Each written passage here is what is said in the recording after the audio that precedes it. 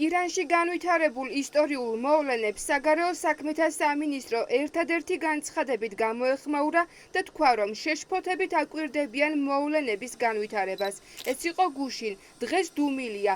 ქართული ოცნება ლიკვიდირებული ლიდერის აიათოლა ალი ხამენეის რეჟიმთან მჭიდრო კავშირს ინარჩუნებდა. ახლა ჩნდება კითხვა, რა გავლენა ექნება ამ მოვლენებს საქართველოზე. ეს დღები არის ძალიან კარგი დასტური იმისა, რომ ქართული ოცნების რეჟიმმა გააკეთა არასწორი ღირებულებითი და არასწორი პრაგმატული არჩევანი, როდესაც ასე აპელირდა ირანის რეჟიმთან, რომელიც დღეს ჩვენ ვხედავთ, რომ არის საერთაშორისო თანამეგობრობის ძალიან დიდი წნეხის და თავდასხმის იერიშის საგანი. მე ვფიქრობ, ქოცებმა ფატალური შეცდომა დაუშვეს, როდესაც პოლიტიკური დასავლეთის ჩანაცვლებას სადეს ამ ტიპის აქტორებით, როგორც არის ირანი. ჯერ განცხადებაც არ გაკეთებულა იმასთან დაკავშირებით, თუ რა ხდება. შეგახსენებთ, რომ ირანი ყურისძირშია. ჩვენ მართალია სახმელეთო საზღვარი არ გვაქვს, მაგრამ ვართ ძალიან ახლოს. ამიტომ გაუგებარია საერთოდ რა ხდება. ეს ჩვენთვის ძალიან მნიშვნელოვანი სახელმწიფოა.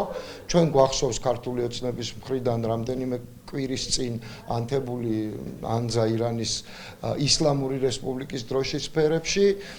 ჩვენ გვახსოვს კობახიძის ვიზიტები და ბუნებრივია, რომ ეს ყველაფერი გასაკვირი არ არის. მაგრამ ამას მოყვება შედეგები.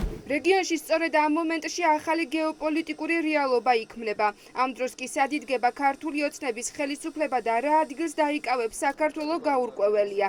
არჩევანი ბუნდოვანია, საერთაშორისო საზოგადოებას ახსოვს მხოლოდ ფაქტები.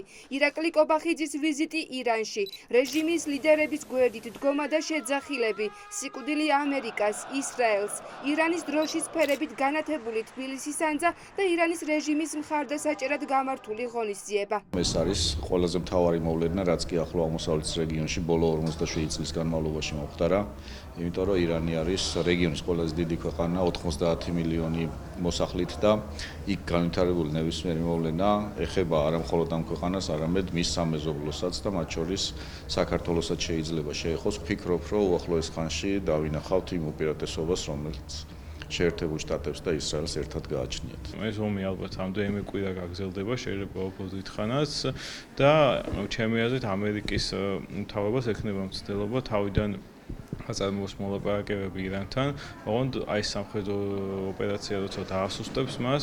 შეერთებული შტატების პირდაპირმა მხარდაჭერამ ისრაელის მიმართ ყველა დიდ თუ პატარა დიქტატორს აჩვენა, რომ რეჟიმები ბოლოს აიათოლას მსგავსად ასრულებენ. ამბობენ პოლიტიკოსები და განმარტავენ, რომ ქართული ოცნება დუმილს დიდხანს ვერ გააგრძელებს, რადგან ქვეყანა გეოპოლიტიკურად მნიშვნელოვან სივრცეში მდებარეობს და ისტორიული პროცესების პარალელურად არჩევანის გაკეთება მოუწევს. რჩება ირანის რეჟიმის მოკავშირედ თუ უბრუნდება ქვეყნის ისტორიულ არჩევანს დასავლურ კურსს. არის დიდი გაფრთხილება ყველანაირი ჯურის დიდი და პატარა დიქტატორებისთვის. იმიტომ რომ თუ რეჟიმი ირანში, რომელიც ამდენი წელი 47 წელი იქნებოდა ხელშეუხებლა, ეხლა ჩამოიშალა დომინოსად. უფრო ადრე ჩამოიშალა ვენესუელა, უფრო ადრე ჩამოიშალა სირია.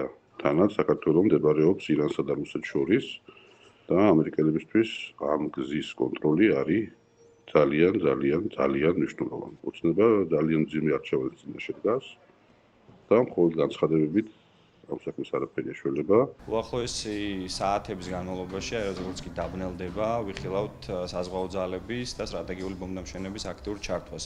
ტრამპმა განაცხადა, რომ მისი მიზანი არის რეჟიმის შეცვლა და მოუწოდა მოსახლეობას, რომ დაელოდონ იმ მომენტს, როდესაც ისინი უკვე შეძლებენ გარეთ გამოსვლას და რევოლუციური პროცესების დაწყებას. ამიტომ მე მგონია, რომ ზუსტად იგივე მესიჯი, რადგანაც გააჟღერა ბენიამინ ნეთანიაჰუმ, ისინი კოორდინირებულად მოქმედებენ და მგონია, რომ საბოლოო მიზანი სწორედ უნდა იყოს რეჟიმის დამხობა.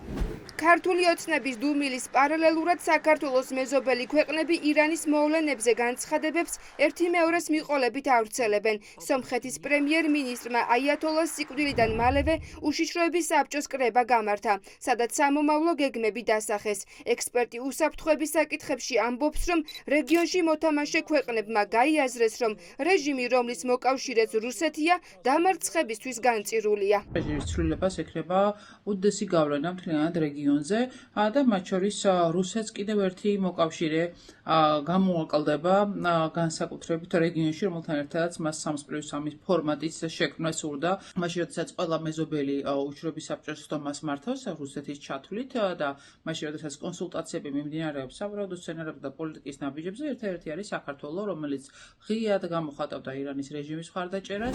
ქართულ ოცნებას არც იანვარში ირანის მიმდინარე მასშტაბური ანტისამთავრობო აქციების ძალადობრივ ჩახშობაზე გამოუთქვამს მკვეთრი პოზიცია.